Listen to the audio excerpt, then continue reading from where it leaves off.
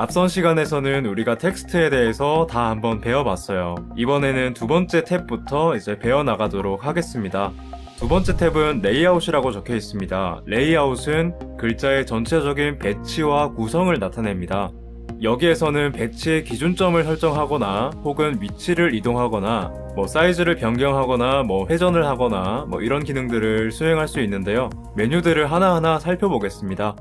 우선 레이아웃 탭의 가장 첫 번째 메뉴는 타입입니다. 타입은 글자를 배치할 때 배치의 기준점이 되는 건데요. 기준점의 목록을 보면 포인트, 어떤 점이 기준점이다. 그리고 어떠한 틀이 기준점이다. 프레임도 있고요. 어떤 동그라미가 기준점이다. 마지막으로는 어떤 통로, 어떤 경로가 기준점이다. 패스도 있습니다.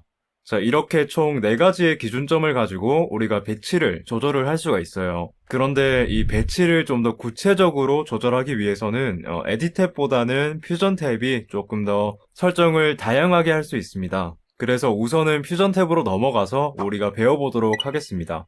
자, 퓨전 탭으로 넘어왔습니다. 불필요한 화면들은 우선은 제거를 해볼게요. 클립을 여러 가지로 바꿔서 작업하는 클립스는 지금은 사용을 하질 않을 거예요. 그래서 클립스를 꺼주고요. 그리고 키프레임의 자연스러운 연결을 돕는 스플라인도 지금은 사용을 안 할 거예요. 그래서 스플라인도 제거를 해주겠습니다. 화면 정중앙에는 미리 보기 화면이 2가지가 있습니다.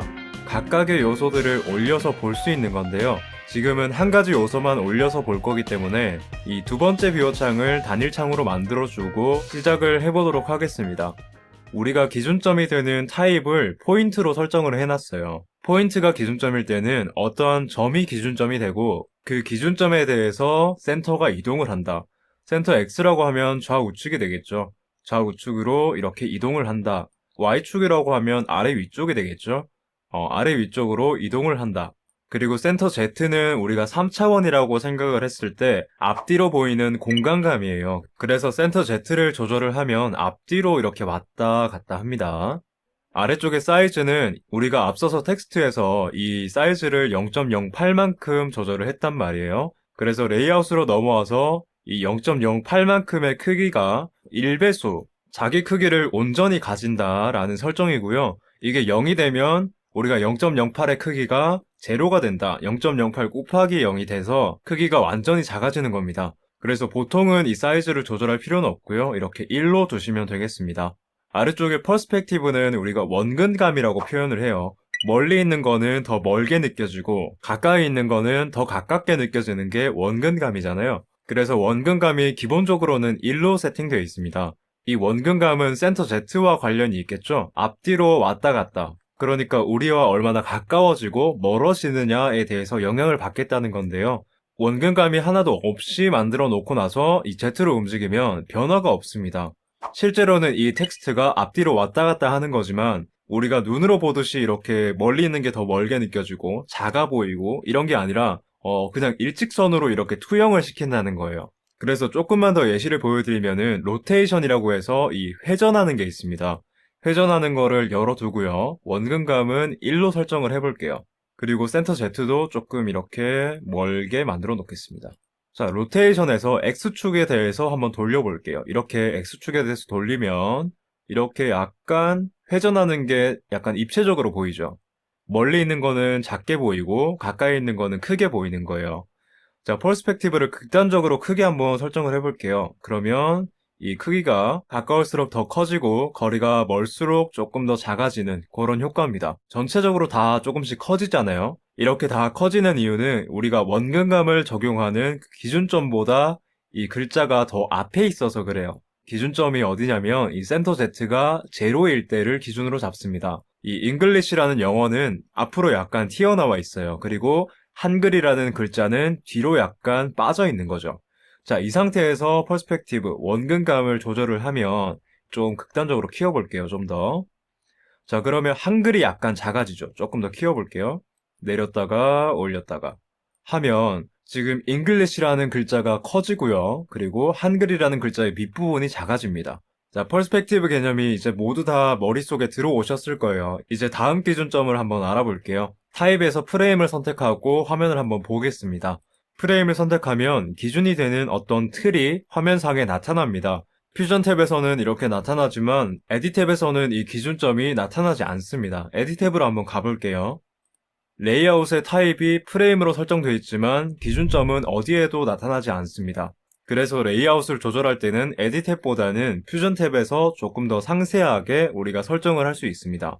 미리 보기 화면을 맞춰 놓고요. 그리고 계속해서 알아보도록 하겠습니다. 이 센터 X와 Y는 기준점의 위치입니다. 그래서 센터 X가 왼쪽으로 가면 지금 보이는 이 초록 색깔 사각형 자체가 왼쪽으로 이동합니다. 그리고 Y축을 이동하면 아래 위로 이 기준점 자체가 이동을 합니다. 아래쪽에 센터 Z는 이 기준점에 대한 글자의 위치입니다. 앞뒤로 보이는 위치고요. 이 기준점은 가만히 있고 글자가 커지고 작아지고 이렇게 앞뒤로 왔다 갔다 합니다.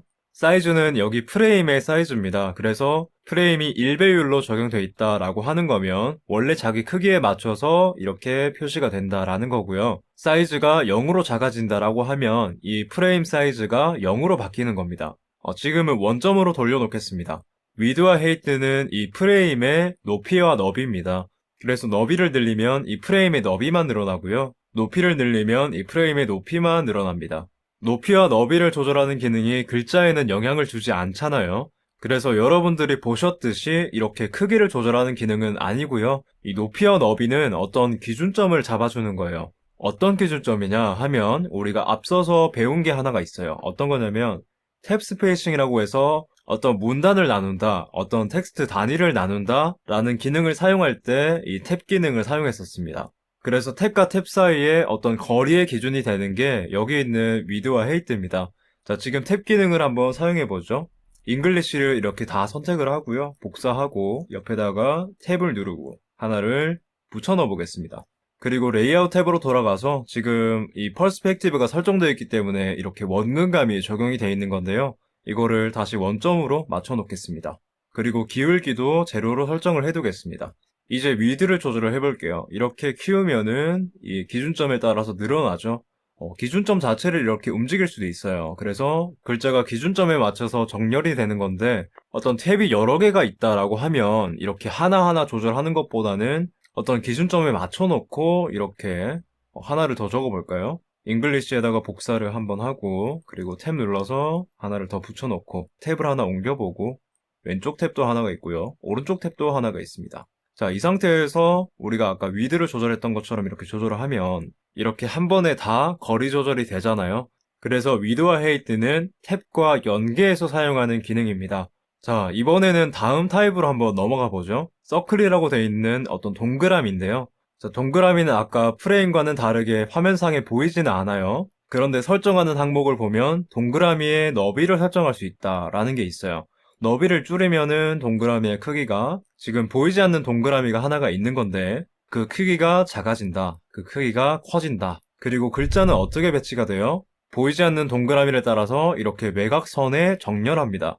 그래서 다른 설정들은 뭐 비슷하겠죠? 동그라미의 위치가 왼쪽으로 이동하고 오른쪽으로 이동하고 뭐 글자가 앞으로 나오고 뒤로 들어가고 하는 기능들이고요. 사이즈는 동그라미의 배율을 나타내는 건데요.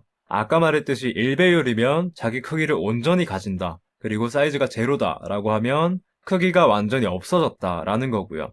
사이즈는 1로 설정할게요. 자, 나머지 설정들은 다 비슷합니다. 위드는 아까 봤듯이 크기를 조절하는 거고요. 이렇게 동그라미가 작아지면 이 글자도 이렇게 조금 촘촘하게 배치가 되겠죠. 근데 동그라미가 커지면 이렇게 동그라미가 조금 넓게 커지면서 글자도 넓게 배치가 되겠죠. 그리고 동그라미 타입일 때만 설정할 수 있는 창이 하나가 있습니다. 핏 캐릭터즈라고 해서 글자의 정렬, 글자의 배치, 글자가 이 원형에 어떻게 배치가 될지 라는 거를 설정하는 건데요. 옆에 적혀 있는 거는 이 동그라미의 크기에 맞춰서 글자를 배치한다 라는 옵션이고요. 이 원형을 조금만 줄여볼게요. 자, 그리고 옵션을 펼쳐보면은 뭐 설정하지 않겠다 라는 거면은 이렇게 자간이 벌어져 있지 않은 이런 상태도 만들어지고요. 그리고 아래쪽의 옵션들은 설정을 해보면 이렇게 원에 가까울수록 좁아지는 글자가 보이고요. 원의 위쪽으로 올라갈수록 넓어지는 글자가 보입니다. 그래서 행을 하나 더 추가해보면 이 한글을 복사해서 밑에다가 한번 더 넣어볼게요. 자, 그러면 화면에 보다시피 원과 가까울수록 좁아지고 원과 멀수록 넓어지는 글자들이 보입니다. 자, 마지막 설정도 하나가 있었죠. 마지막 설정은 이 원에 맞춰서 크기를 조절하겠다라는 건데요. 이 두 번째 옵션은 간격을 조절하겠다라는 거였잖아요. 근데 이번에는 글자 크기를 조절을 하겠다라는 거라서 이 원에 가까울수록 글자가 작아지고 원에 멀수록 글자가 커지는 모습이 보입니다. 자, 이제는 마지막 타입을 한번 알아보겠습니다. 마지막 타입은 이 패스라고 해서 통로를 말하거든요. 그래서 다른 옵션들은 다 비슷한데 한 가지 다른 게 있다면 포지션 온 패스입니다. 통로 위에서의 자기 위치를 설정할 수가 있는 건데요. 이 통로 혹은 또 경로라고 하는데 이 경로가 뭐냐면 클릭을 한번 하면 어떤 지점이 생기죠. 그리고 두 번째 클릭을 하면 다른 지점이 생깁니다. 이렇게 어떤 경로가 만들어졌어요. 그래서 경로의 0.5 지점이면 중간 지점이겠죠. 경로의 0 지점이면 이렇게 첫 번째 지점이고요. 경로의 1 지점이면 마지막 지점입니다. 이렇게요. 그리고 0보다 작거나 1보다 크다면 이 벡터의 위치를 기준으로 해서 이 마지막 두 점 사이의 벡터 위치를 계산해서 그냥 일직선으로 쭉 나아갑니다. 그래서 1.5라고 하면은 이렇게 일직선상으로 쭉 그었을 때 요 지점, 요 정도 지점이 되겠고요.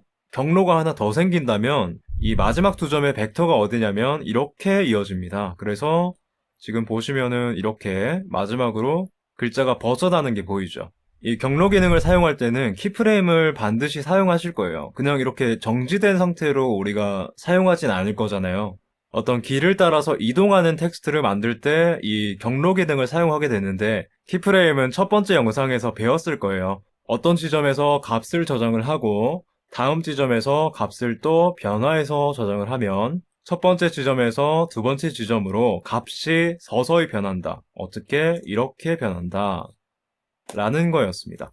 그리고 경로를 곡선으로 만들고 싶다면 이 화면에서 이렇게 노란색 점이 하나가 보이실 거예요. 이렇게 움직여 보시면 곡선으로 변합니다. 이런 식으로요. 자, 그래서 이렇게 곡선으로 이동을 하는 것도 만들 수가 있겠죠. 이제 레이아웃 탭에서는 두 가지 항목이 더 남았는데요. 이 기능들은 굉장히 빠르게 알아보고 넘어가겠습니다. 로테이션을 회전하는 겁니다. 아까 봤듯이 X축이 회전을 한다. Y축이 회전을 한다. 그리고 Z축이 회전을 한다. 라는 설정들이고요. 위쪽에 보이는 로테이션 오더라고 해서 이 회전하는 순서를 바꿔보는 거예요. X가 먼저 적용이 되고 Y가 그 다음 적용이 되고 마지막으로 Z가 적용이 된다. 라는 개념이거든요.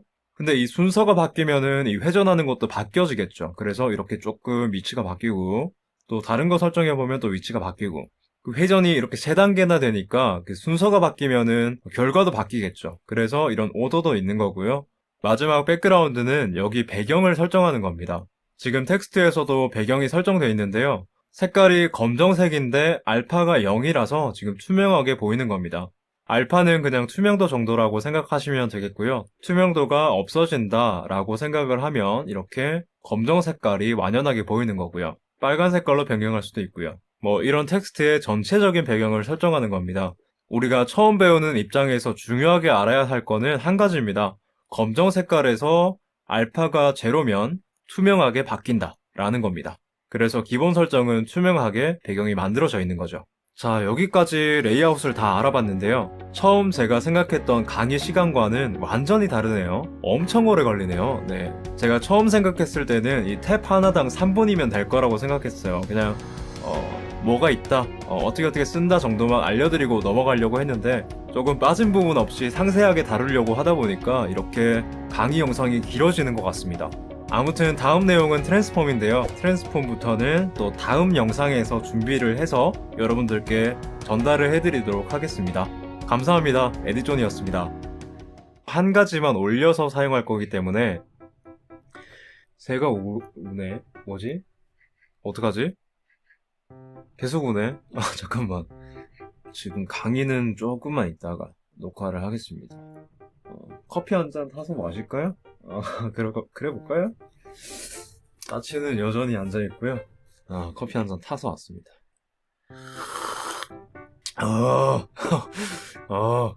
커피 좋네요.